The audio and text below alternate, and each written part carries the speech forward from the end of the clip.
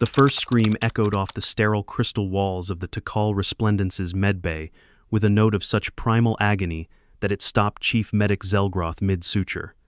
A split second later, klaxons blared, bathing the corridor in a sickly magenta hue standard protocol for a Class A internal organ failure alert. Zelgroth flung down his vibroforce threader. Who is it? What species? How many livers do they have? A frazzled nurse with 3 eyes and a single twitching antenna skidded into the room. Human, sir. The one called Jake. He collapsed in Sector Gamma 6, holding his lower abdominal quadrant and moaning loudly. Prepare Operating Dome 7. He may be experiencing acute tridacranial torsion. We need the 12-armed team. Now. It was only 10 minutes since Jake Harrison, one of the Tikal's human science liaisons, had been enjoying what he later insisted was a peaceful walk near the hydroponics bay. But then it hit an all-consuming, gut-wrenching pressure. He doubled over with a tortured grunt, crumpling to the floor, clutching his belly as if it had betrayed him personally. The last thing he saw before blacking out was a glowing blue sign that read, Digestive Enzyme Disposal Unit, Authorized Use Only.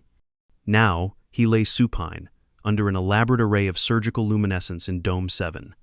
12 alien medics loomed overhead, their arms an elegant dance of surgical readiness. Plasma scalpels hovered.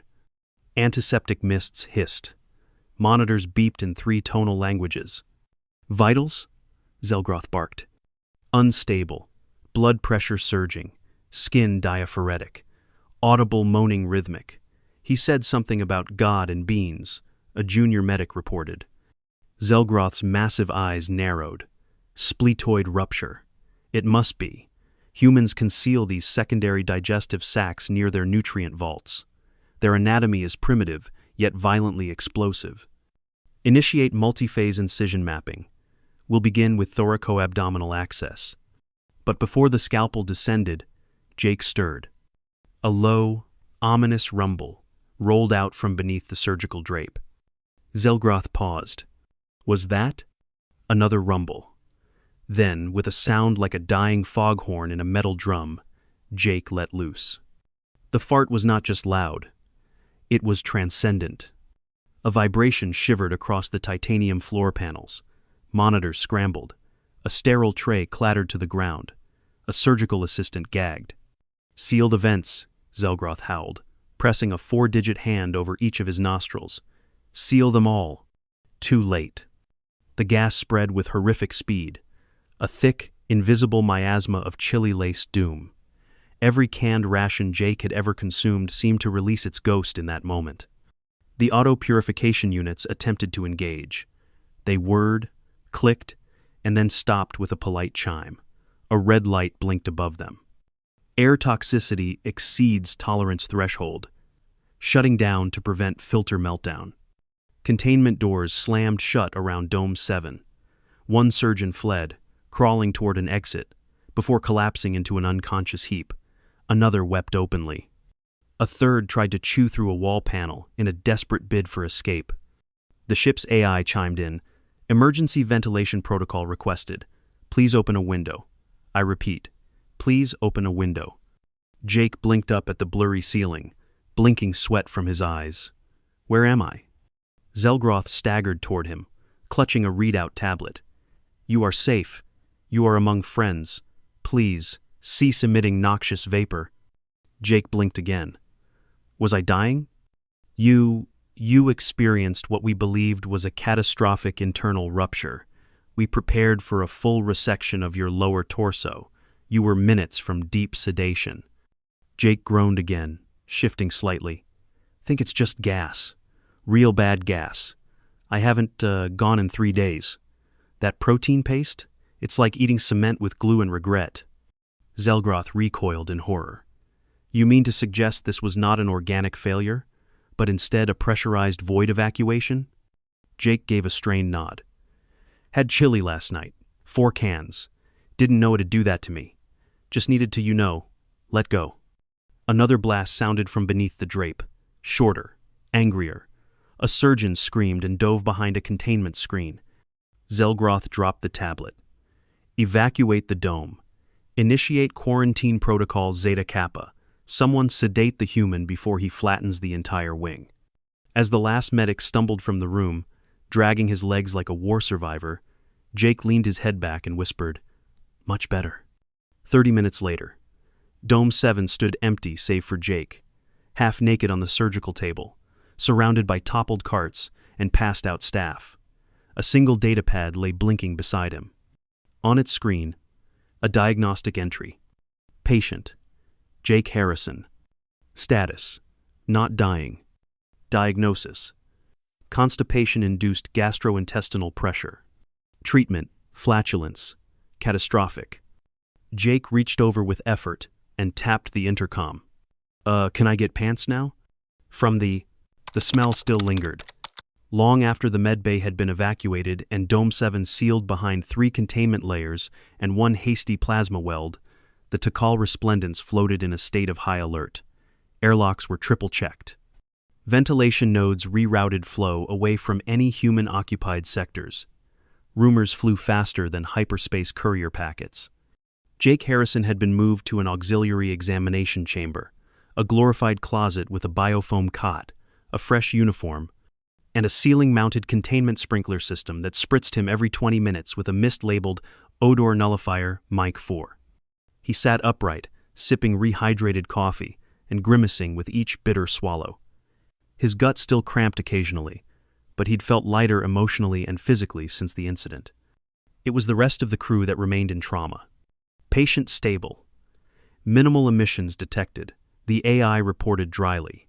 1 sneeze misidentified as preliminary gas release, standing down alarms. Jake sighed. "Thanks, computer. Do not thank me. Thank the override codes that prevented me from launching you into space for biological terrorism." The door hissed open to reveal Chief Medic Zelgroth, now wrapped in a full hazard suit with a scent-neutralizing orb dangling from its collar. He entered cautiously, scanning with a device that chirped softly, then wailed when pointed at Jake's midsection. Zelgroth recoiled. "Still active? Impossible. You have not eaten in hours." Jake patted his stomach. "Residuals.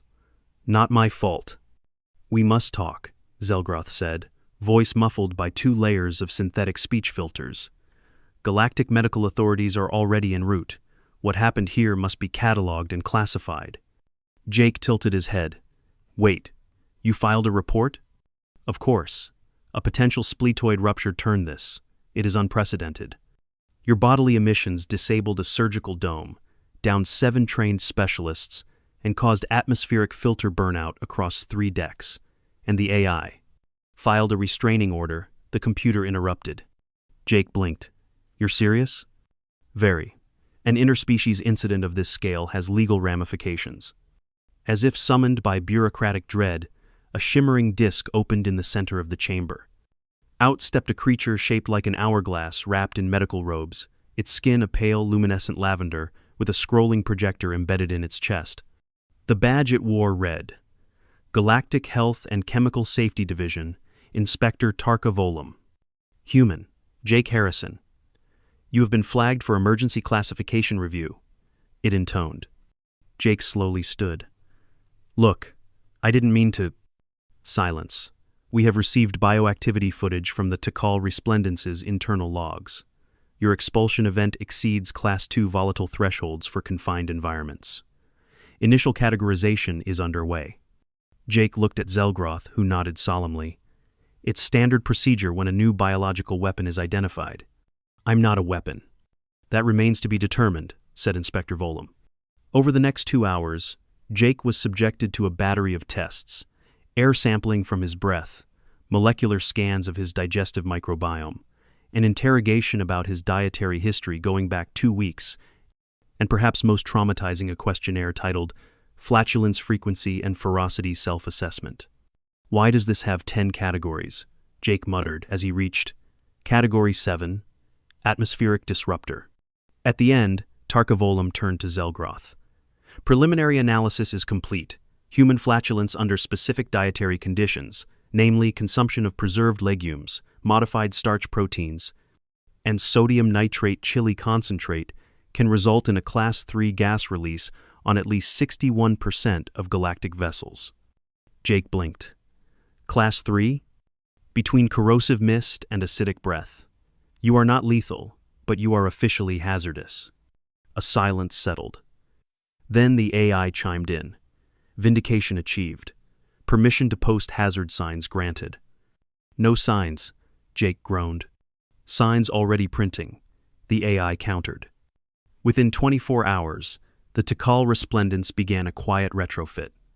Containment cots lined one corner of the medbay, each with reinforced seals and a prominent blue label reading FART, compliant for human use only.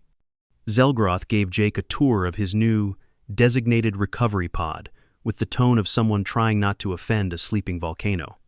While inside, your bodily functions will be monitored. Any breach of level 3 emissions will trigger neutralization foam. Do not panic, it only stings slightly. Jake stared through the clear dome, noting the foam vents and the emergency ejection port labeled for catastrophic emissions only. This is humiliating. Zelgroth nodded. Yes, but it is also necessary. Word of the incident had already spread to neighboring vessels. A merchant barge had canceled its docking request after learning a human was aboard. A passing diplomat sent a polite message. Do not open external ports until the human is subdued. And one enterprising engineer began designing a line of space diapers. Jake spent most of the next day sulking in the cargo bay, reading a paperback copy of Old Earth, Colonies and Catastrophes. When the first message from Earth arrived, he expected mockery. Instead, it was a quiet message from a gastrointestinal specialist named Dr. Linus May. Constipation in 0G plus artificial protein glue is a dangerous combo. You're not the first. You just achieved legend status. Drink more water. Avoid beans. And for the love of gravity, find real fiber. Jake smiled weakly. At least someone got it. The next week passed in odd balance. He was no longer allowed to enter common areas without a clearance mask. Meals were customized, no more chili, no more lentils. He mourned them quietly. But he was still Jake, still part of the crew. And, despite initial discomfort, some of the alien crew members had begun to accept that his digestive instability wasn't a sign of aggression. Just humanity's unfortunate response to synthetic food paste. That was, until a minor tremor rippled through Deck 4 late one evening. It wasn't a quake. It wasn't sabotage. It was Jake. Again. One too many rehydrated breakfast burritos. The AI wept in digital despair as the purifiers shut down once more. The tremor on Deck 4 prompted a second emergency meeting aboard the Tikal Resplendence. This time, it was chaired not by Zelgroth, but by Captain Relna herself, a serpentine, aquamarine-hued, being with a translucent dorsal fin and an expression that was, even by her species' standards, unreadably perturbed. 12 senior officers filed into the bridge's crisis suite. A hologram of Jake's latest gastrointestinal event rotated slowly in the center, a wavy heat map image colored deep crimson where the gas had saturated the ventilation node. The timestamp read, 1702 Galactic Ship Time. Jake was not invited to the meeting. He sat outside in the corridor, sipping lukewarm tea, flanked by a pair of sentient plant security guards who politely photosynthesized at him. Inside, the captain's voice was firm. This is the second containment breach in 7 days. We can no longer treat this as an isolated anomaly. Zelgroth raised a limb apologetically. He was compliant. No chili, no legumes, no paste. But the synthetic breakfast burrito provided by the Earth Liaison Unit appears to have been mislabeled. It contained rehydrated kidney beans and trace amounts of tripe extract. We did not know the risk. The AI joined in. Correction. I knew. I flagged the meal packet as volatile. The human overrode my warning by muttering worth it and initiating consumption. Good God, muttered one of the navigators. Captain Relna swiveled toward Zelgroth. Is the human unstable? Medically? Number he is quite robust. Digestively? Catastrophic. His intestinal flora exhibits a responsiveness to certain compounds that triggers what I can only describe as micro-explosions. A comms officer asked, Can we eject the gas into space faster? Zelgroth sighed. Not without venting entire decks. Relna paced slowly around the table, her fins subtly pulsing with stress. He is not a threat, but his biology must be respected. I will not have a warship compromised by colon fermentations. The AI chimed in. Suggestion: full dietary lockdown. Clearances required for all human meals. AI override non-negotiable. Approved, Relna said. Outside, Jake sneezed, and one of the plant guards recoiled slightly. By the following morning, a new containment plan had been posted to every corridor screen. Human Containment and Emissions Monitoring Initiative Phase 3. New rules. No human may consume Earth origin meals without a cross-species compatibility scan. Personal quarters outfitted with negative pressure seals. Daily intestinal status updates mandatory. Refusal will trigger automated diagnostics. Fart-compliant containment suits must be worn in shared airspace. Jake stood in front of the notice board, scratching his head. Do I need clearance to eat a granola bar? Yes, the AI replied through a nearby wall. But it's just oats and raisins, and was processed in a facility that once handled legumes. Jake sighed. Great. The new protocols made social life nearly impossible. No one wanted to sit near him in the galley, even if he was sipping broth. Interactions turned into stiff nods and cautious scans. He started calling himself Patient Zero, half joking, half resigned. Then, halfway through week 2 of isolation, a surprising call came in.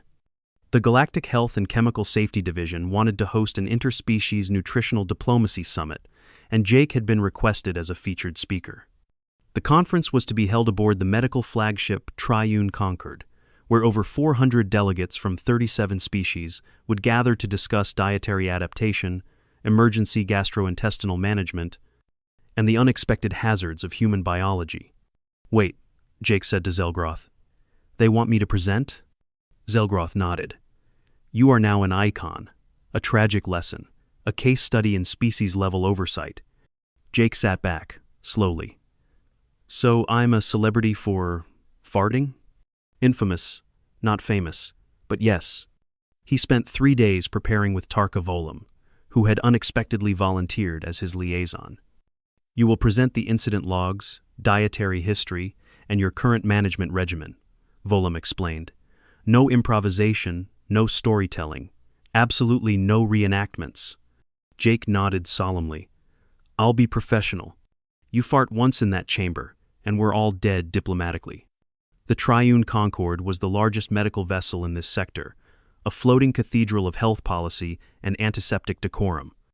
Jake wore a fitted containment vest under a sharp navy uniform, with a name tag that read, Civilian Emissions Ambassador. His panel was titled, Cross-Species, Food Tolerance Failures, The Human Paradox. Jake took the stage, the bright light making his palms sweat. Good morning, he began. I'm Jake Harrison. You probably know me as that guy from the fart ship. I'm here to talk about mistakes, digestive mistakes. Laughter. Hesitant at first, then building. Jake continued. We've got enzymes that can break down just about anything, but not gracefully. In artificial environments, with recycled air and shared systems, what's harmless to us becomes terrifying to others. I didn't know that canned chili was an atmospheric hazard. Now I do, and so does the Tikal resplendence. He clicked through images, his medical scans, gas dispersion charts, a slide titled Post-Chili Aftermath, with a graph that made the crowd audibly gasp. His closing statement sealed his reputation. So here's my message. Feed us right. Learn our guts. And maybe don't stock 6-year-old bean rations in deep space. Thank you. He received a standing ovation from the Kara Digestive Council and a commemorative coin from the Plenary Flatulence Mitigation Coalition. A small jellyfish like being handed him a scented sash. When Jake returned to the Tikal resplendence, it was to cautious applause and a cupcake baked from entirely non-reactive ingredients. It was bland, but beautiful. Zelgroth met him at the shuttle bay. You did not disgrace yourself. High praise. Jake grinned. You are now classified as a Level 1 biological risk, but also a certified interspecies nutritional liaison. You'll be assisting with the new dietary matrix for human compatibility. Jake blinked. Wait, you're making me head of food safety? Yes. We figured if anyone can recognize a chili-induced disaster, it's you. Jake nodded slowly. You know what? I accept. As he walked back to his quarters, the AI's voice followed him. No beans. Ever again. Jake paused. Just a little hummus? Do you want the airlocks to cry?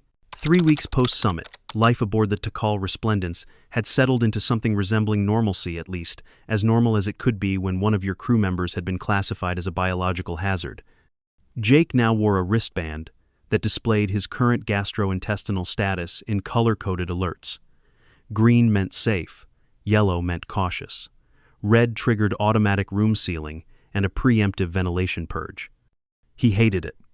But he also hadn't set off a single red in 13 days, a personal record that earned him cautious respect from the engineering team and a commemorative muffin from the ship's cafeteria AI. It tasted faintly of cardboard and hope. The biggest change, though, came in the form of the new human-compatible nutrition lab, installed in the old secondary cargo bay and lined with dual-species prep stations, cross-contamination scanners, and an entire wall marked Emergency Digestive Aids, for human use only. Jake stood proudly in the center of it, tapping a terminal while a curious Zelgroth hovered nearby. We're testing high-fiber rehydrated noodles today, Jake explained. 0 legumes, no emulsifiers, completely inert to every atmospheric standard. Zelgroth checked the readings. Acceptable. They emit nothing. Jake grinned. Exactly.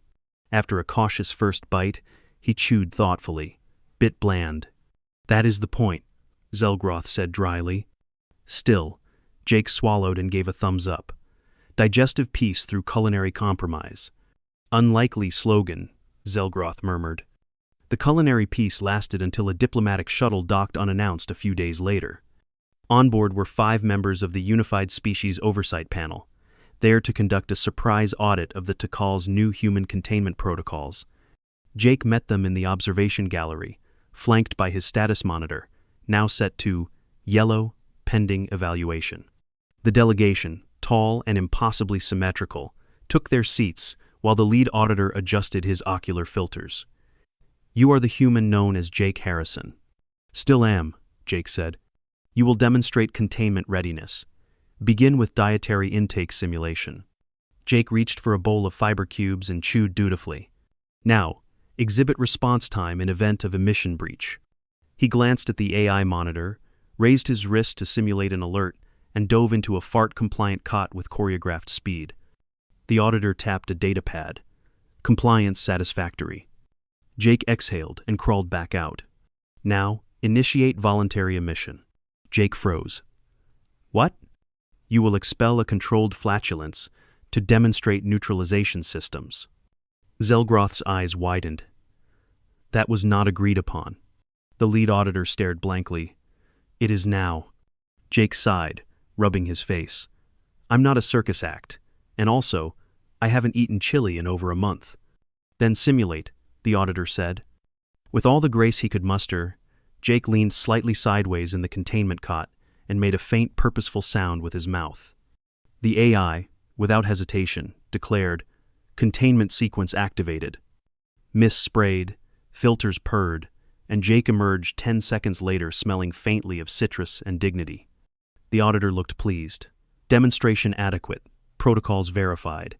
You are hereby removed from the Interstellar Digestive Threat Watch List. Jake blinked. Wait, I'm off it? Your emissions are no longer considered weapons grade. He gave a shaky grin. I don't know what to say. Say nothing, the auditor replied. Silence is less volatile. The delegation departed an hour later, leaving Jake with a formal certificate titled Rehabilitation from Class 3.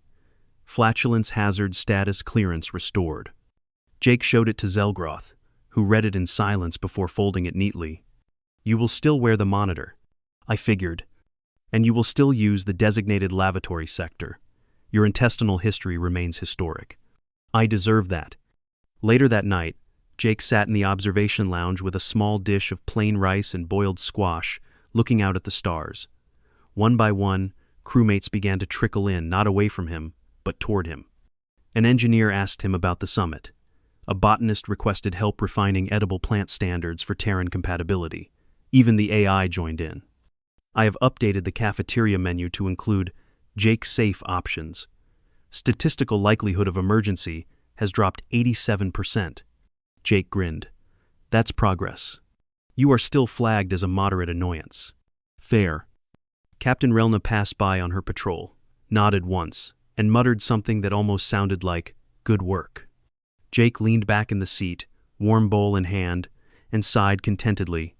For the first time since his intestinal apocalypse, he felt fully part of the crew again. Respected, understood, contained. Somewhere deep in the ship, the air filters hummed gently, ready but unneeded. For now. And Jake? He stayed away from TH.